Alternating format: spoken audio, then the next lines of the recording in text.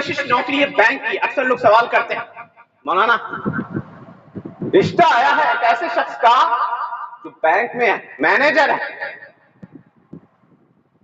सीधा हुक्म है, अल्लाह के नबी सल्लल्लाहु अलैहि वसल्लम की लानत है ऐसे शख्स पे जो सूदी कारोबार को लिखता हो, विटनेस भी हो, उस पर भी लानत है, उसमें किसी भी तरह का ताउन करने वाले पर लानत है। उसके बावजूद लोग देख लीजिए, दुनिया की कशिश में और दुनिया की थोड़ी सी दौलत में अपनी उस बेटी को, जिसको उन्होंने हलाल माल से, जिसकी परवरिश की थी, आसानी से ऐसे शख्स को सौंप देते हैं जो हराम माल से उसको खाना खिलाएगा, उसकी पूरी इबादत बर्बाद कर देगा।